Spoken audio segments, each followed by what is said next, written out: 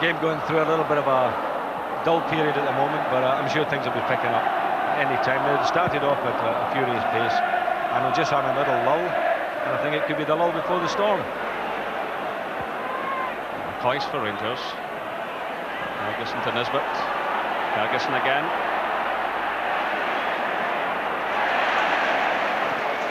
Eric White, the long ball for Craney, headed away by Goff. Well, a little bit of a tussle between Craney and Goff. I think the referee will want a word with the two players. Goff got his head to the ball, then there was a bit of a shove by the player, the arm coming up there, and the referee will have a word with both players. He's already spoken to Goff, now a word with Craney, who scored Celtic's opening goal last week. That was a problem last week, wasn't it? You know, flying elbows, and I think the referee, quite rightly, is making a point here, trying to stamp it out.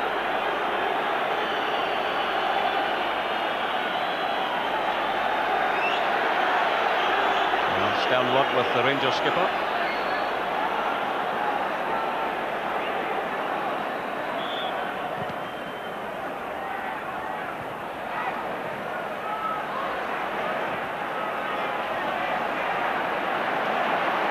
Check. Nice hitting, good long balls out of defence.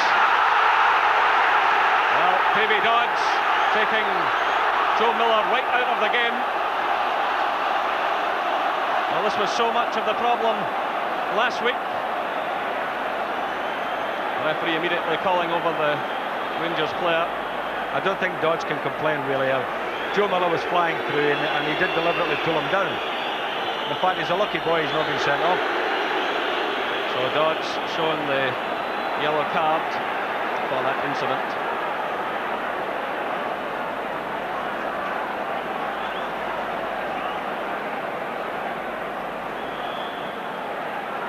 And Gary Stevens watching Paul Elliott. Easily taken by Chris Woods.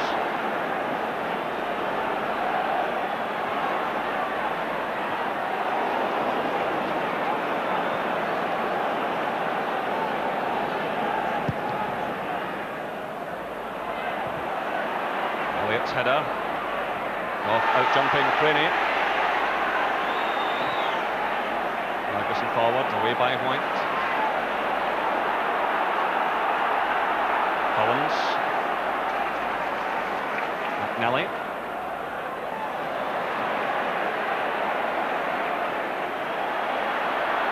Dodds running into trouble in the shape of Paul McStay. The ball going behind for the goal kick. Again, Celtic looking very sharp up front.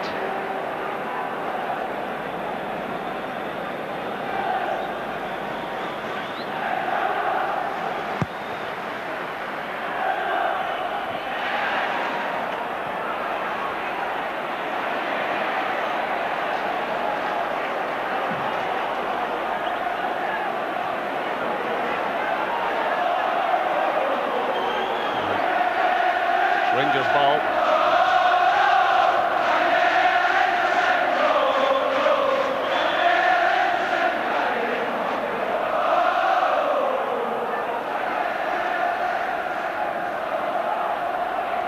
Nisbet, McCoist. Well, Elliott to Bonner. Slightly risky, but they get away with it.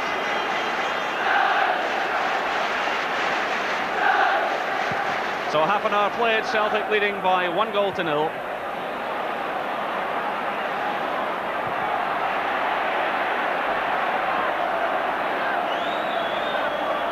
McCoist to Nisbet.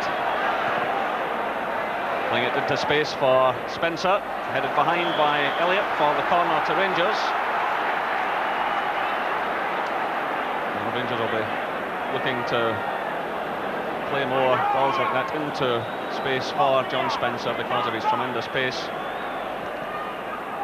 The corner coming over the header. Richard Goff's header cleared off the line by Paul McStay. It was a combination of McStay and Bonner there. We can probably see it here. And I think probably Bonner just got in front of McStay there to knock it away. Well, Bonner taking another knock, but again Richard Gough showing how dangerous he can be from set pieces. The corner coming in from the right. Gough climbing above them all, the downward header. And Bonner right across, getting cover on his left-hand post. I'm always amazed, you know, at Richard Gough. He is so dangerous in the opponent's penalty area. He's a fantastic header of a ball, and he gets in corner kicks and free kicks. And yet, in his own penalty area, I always find that he's a little bit suspect. And I think if you look to last week's goal, you know, Rangers fans may accuse him of not getting to the ball when Celtic scored the first goal. And it is always a strange thing when I see him play, how more dangerous he is in his opponent's half. So Gough still on the edge of the Celtic penalty area as Nisbet takes the corner.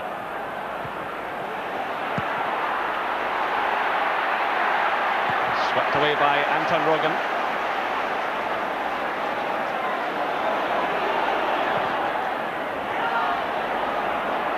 Coyne running into trouble. Ferguson to Nisbet. Challenged by Rogan, the free kick to Rangers. Well, Scott Nisbet certainly causing problems for Celtic on the right side of the field. He's been pushing further and further forward throughout this first half. Starting in the right back position, but pushing forward out every opportunity. Here he is with the free kick headed on. Great save by Bonner. Well, the flag up just below our commentary position. As John Spencer is coming in, but the flag going up and the free kick to Celtic, the ball headed on. Bonner just stopping it. But the flag had been up, spotted by the referee. I don't know why the flag had gone up. The linesman obviously had seen something we didn't. But Rangers are getting closer and closer by the minute, and certainly putting Celtic under some pressure now.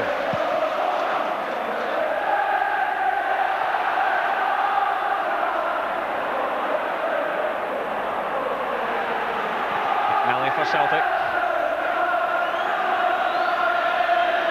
Knocked up by Gary Stevens.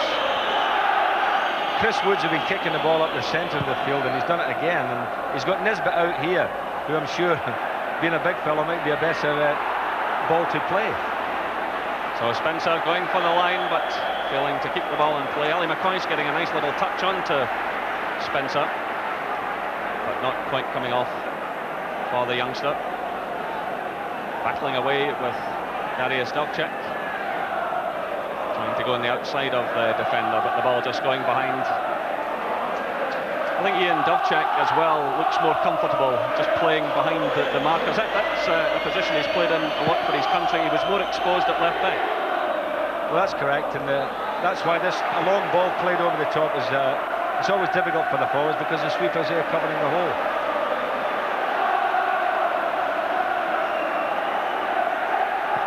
Odds for Rangers.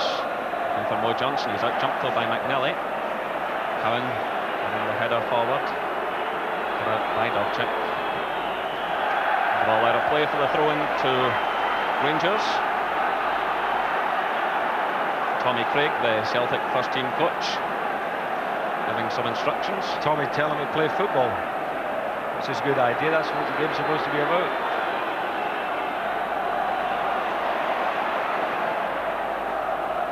Coyne. Challenge from behind by Ferguson. The free kick to Celtic.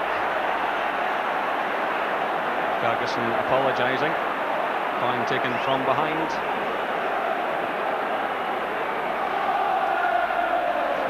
So 10 minutes of the first half left. The offside flag going up against the Celtic strikers.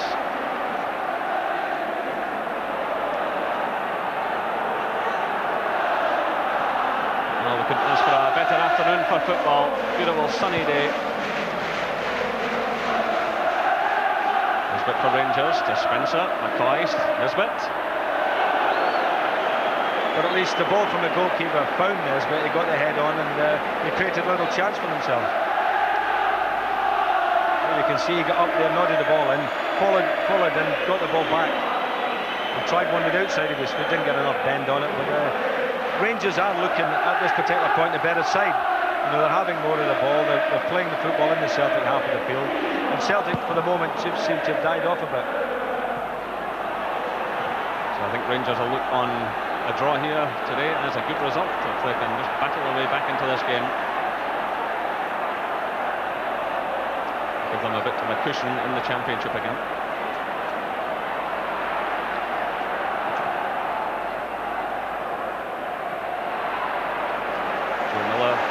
Jerry Craney, I should say, winning the throw-in for Celtic. Craney against Dodds, and another throw. And Davy Dodds, of course, played many years at Dundee United, then at Neuchâtel in Switzerland, and Aberdeen, and joining Rangers for £100,000. Galley's cross. Ball breaking forward. Going behind for the goal kick. Well, an awkward moment there for the Rangers defenders. As Coyne and Craney push forward. Now he's sweeping the high ball in. The downward header.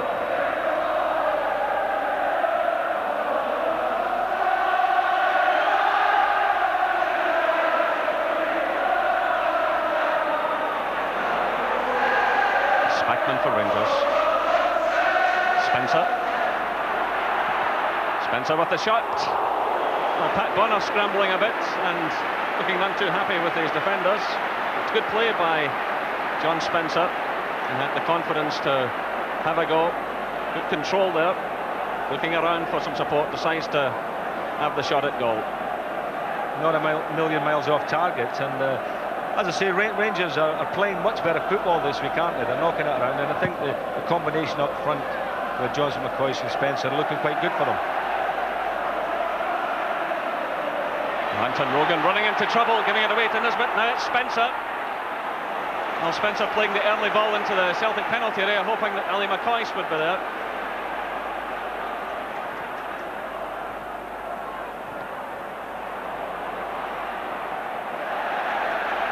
Davy Dodds conceding the throw-in.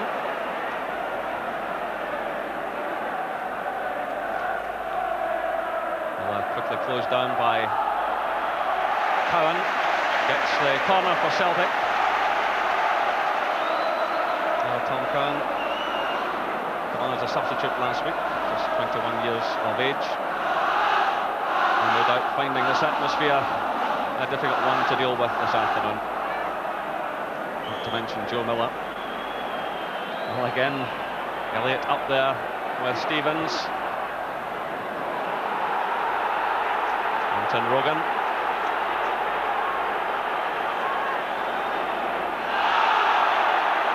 Free kick to Celtic. The challenge by Gary Stevens on John Collins. So it's quickly taken by Celtic. Well, Darius Dobchik trying the shot. Of course, he scored the second goal last week. Tremendous shot which came off Terry Hurlock.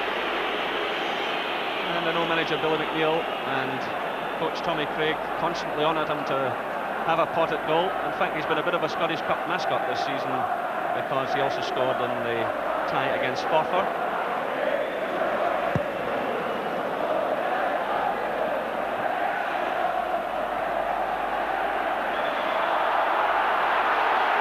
The referee is calling over Tommy Coyne. A bit of a tussle there with Richard Gough, and it looks as though Coyne will be booked.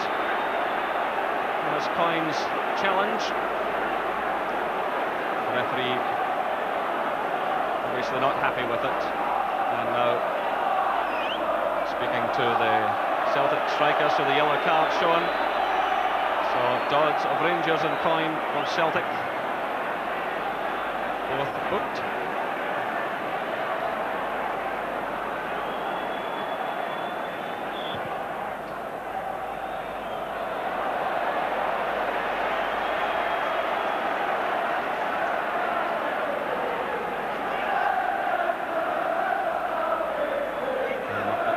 Played 13 games this season.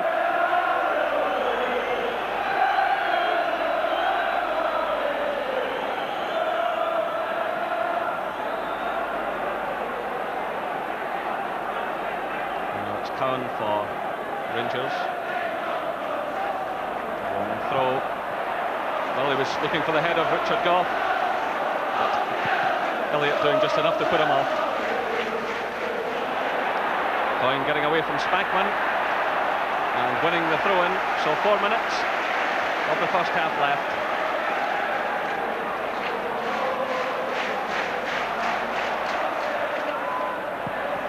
Away by Dodds.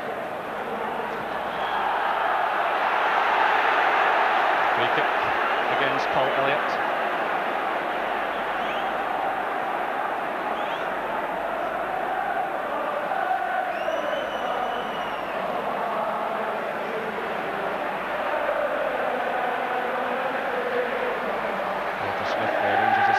Just getting out of the dugout. He's had some instructions to his players. Richard Goff well forward. Out jump by Elliott. Spencer. Elliott again. Now Elliott and Goff topple to the ground. The referee jumping in between the two players. Well, another flashpoint developing as the ball was cleared. The players squaring up to one another. Elliott there getting involved, putting his foot in. Goff showing a bit of retaliation, and the referee calling the players over. Now he's told Elliott to move to the side, and he's going to speak to Richard Goff. He's already had occasion to speak to the Rangers captain.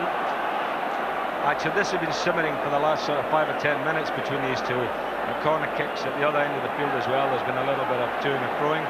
And the referee, in fact, is saying that, you know, I was watching you get on down at the other end of the field as well. So I don't think either can complain. The yellow card shown to Richard Goff.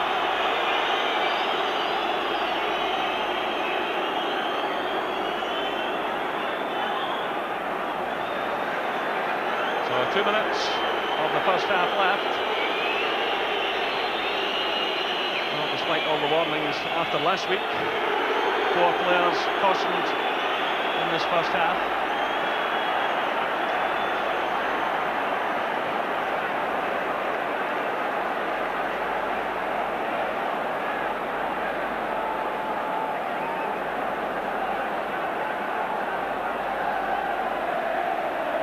So, the ball played by Dubček to Bonner. Graham Souness looking rather stern.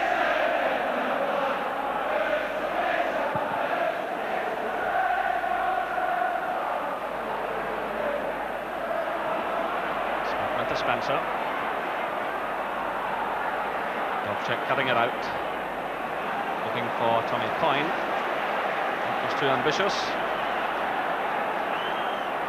So we're inside the final minute of the first half, plus of course any injury time to be added on by referee Smith. Celtic will just want to keep things calm and keep that psychological edge as they head for the dressing room at half-time.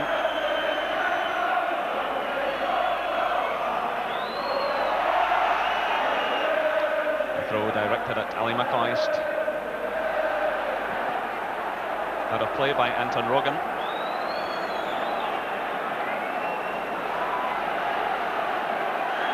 So just seconds remaining. It's always a good time to score in an Old Firm match, but just before half-time, well, could be vital. Goff's up there again, but a foul by the Rangers player on Paul Elliott.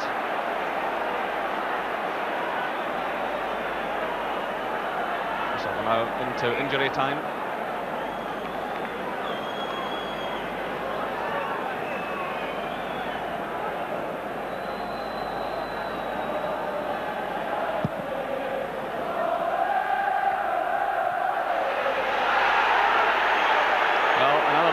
Flashpoint there between Tommy Coyne and Richard Goff. Both players booked.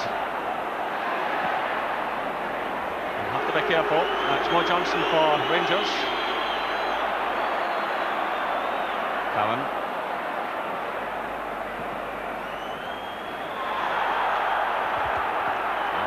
The referee calling over McNally for a late challenge. And the referee beginning to lose his patience. Challenge there on John Spencer. So Mark McNally becomes the third Celtic player cautioned.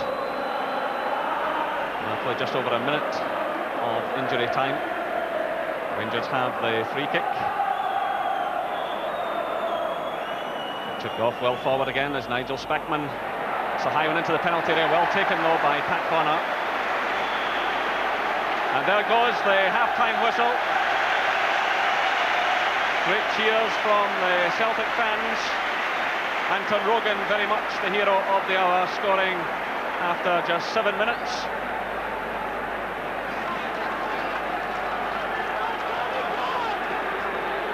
So the half-time score here at Parkhead, Celtic 1, Rangers 0.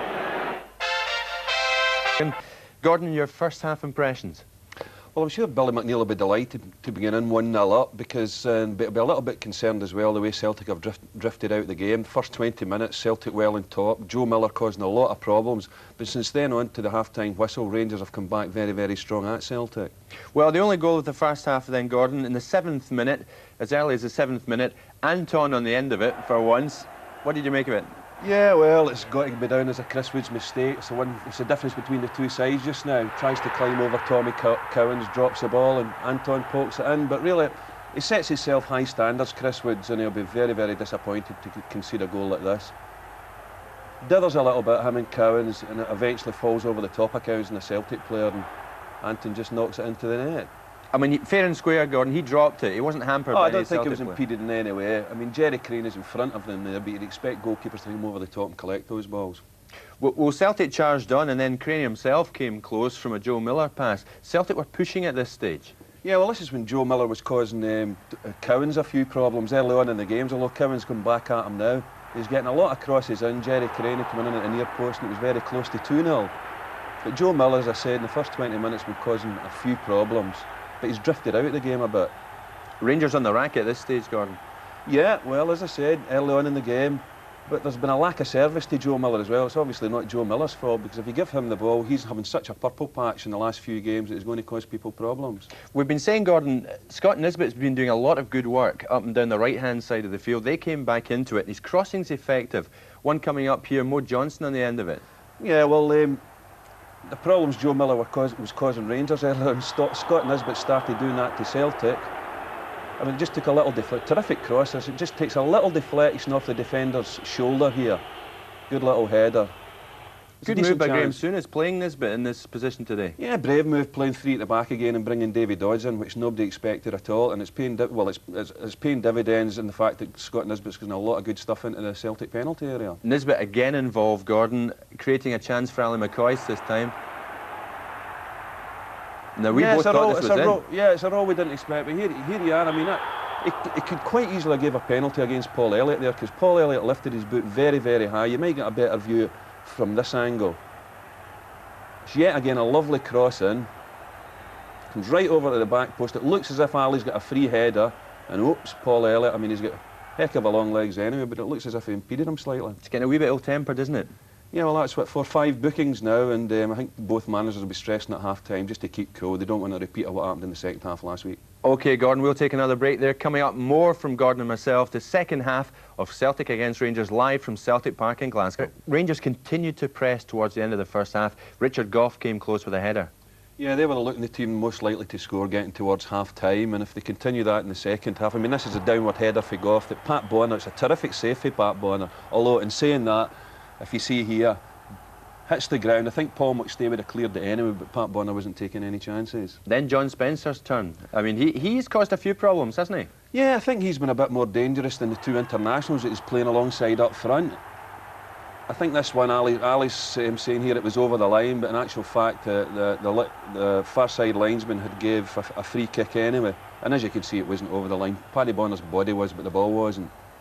OK, Gordon, well, Anton Rogan's goal is the difference between the two sides at the moment. It's Celtic 1, Rangers 0. Let's go back for the second half now. Over to you, Jerry. Thanks, Jim, and welcome back to Celtic Park. Both teams coming back onto the field. And just a quick look around. No sign of any substitutes. Celtic have Andy Walker and Steve Fulton on the bench. Rangers have Sandy Robertson and Peter Haustra. So Ian, your view on that first half? Well, I thought Rangers had more of the game, played probably the better football. Celtic started brightly and then just sort of tailed off, and I think Rangers have been dominating the game, so I think they really don't deserve to be a goal behind. So there's a striking partnership so many Rangers fans have wanted to see all season. McCoist and Johnston. They get the second half underway. Johnston with 19 goals to his credit, McCoist with 18. Well, of course, it's an important afternoon for Rangers in terms of the championship. Also a very important afternoon for Celtic because of that result at Tannadice yesterday. Celtic can close the gap on Dundee United to 3 points this afternoon as they chase them for a UEFA Cup place. And of course, third place guarantees one of those UEFA Cup spots.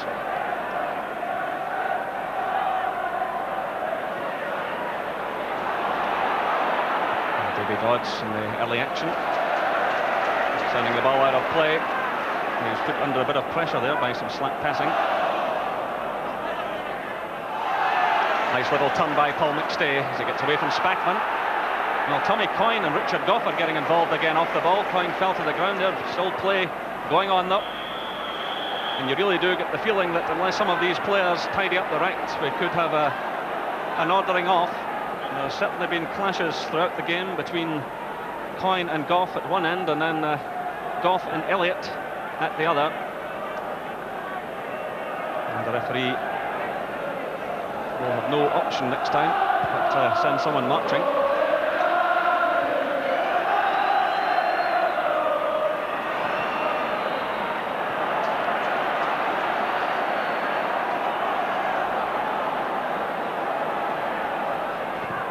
Nelly for Celtic, the ball coming off McCoist.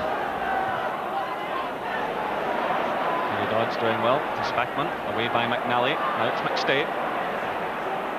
Miller challenged and winning the throw-in for Celtic.